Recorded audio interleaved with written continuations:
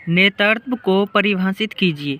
नेतृत्व नेता में अपने ग्रुप या ट्रुप या समुदाय के लोगों का नेतृत्व करते हुए किसी दिए गए कार्य को कराने की क्षमता नेतृत्व कहलाता है। प्रत्येक अधिकारी में अफसरों चित्त गुण विकसित करने की आवश्यकता होती है।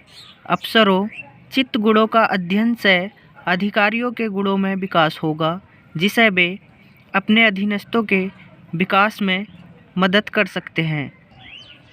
अनुशासन अनुशासन का अर्थ है कि हर समय स्वयं पर नियंत्रण रखकर कमी से भी संतोष करके अपने अधीनस्थों अन्य सभी के साथ साथ उचित व्यवहार करते हुए स्वयं की एक अलग छाप बनाए रखना तथा अपने साहस, जिम्मेदारी, जागरूकता, सहनशीलता आदि से अपनी नेतृत्व क्षमता का प्रदर्शन करना।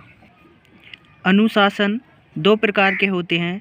नंबर 1 व्यक्तिगत अनुशासन, नंबर 2 सामूहिक अनुशासन। नंबर 1 व्यक्तिगत अनुशासन। जिस व्यक्ति का मोराल जितना ऊंचा होता है उसमें उतना ही स्वयं तथा साथियों पर भरोसा करने की सामर्थ्य होती है। भरोसे से ही उसके जीवन के विकास की गति प्रभावित होती है।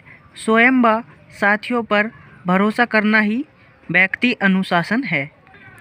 नंबर 2 सामूहिक अनुशासन।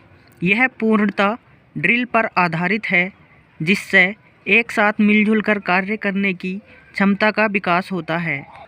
कर्तव्य का अर्थ होता है कि अपने मोराल के अनुसार अपने दायित्व व अधिकारियों को समझते हुए उचित व्यवहार के साथ अपने सभी कार्यों को समयबद्ध तरीके से पूर्ण करना।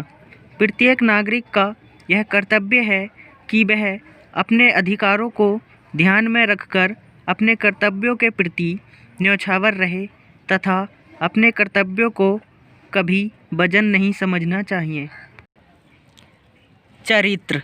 चरित्र किसी व्यक्ति की वह स्थिति है जहाँ वह अपनी कमजोरियों को हृदय से स्वीकार करते हुए सुधारने का संकल्प लेता है, अपनी अच्छाई व बुराइयों का खाका तैयार करता है, वफादारी से अपनी जिम्मेदारियों को निभाने व आवश्यकता अनुसार देश पर न्यौछावर होने के लिए तैयार रहता है।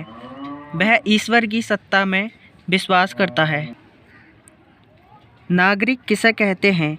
ऐसा कोई भी व्यक्ति जिसे राज्य द्वारा सामाजिक और राजनीतिक अधिकार प्राप्त हों तथा वह राज्य के संविधान व सत्ता में विश्वास करता है, उसे नागरिक कहते हैं। नागरिक 3 प्रकार के होते हैं। नंबर 1 नागरिक, नंबर 2 अधूरा नागरिक, नंबर 3 विदेशी नागरिक। पहली हेडिंग है नागरिक। ऐसा व्यक्ति जिसे भारतीय संविधान के द्वारा सभी राजनीतिक व सामाजिक अधिकार प्राप्त होते हैं तथा उसे कानूनी संरक्षण प्राप्त होता है, उसे नागरिक कहते हैं। अधूरा नागरिक।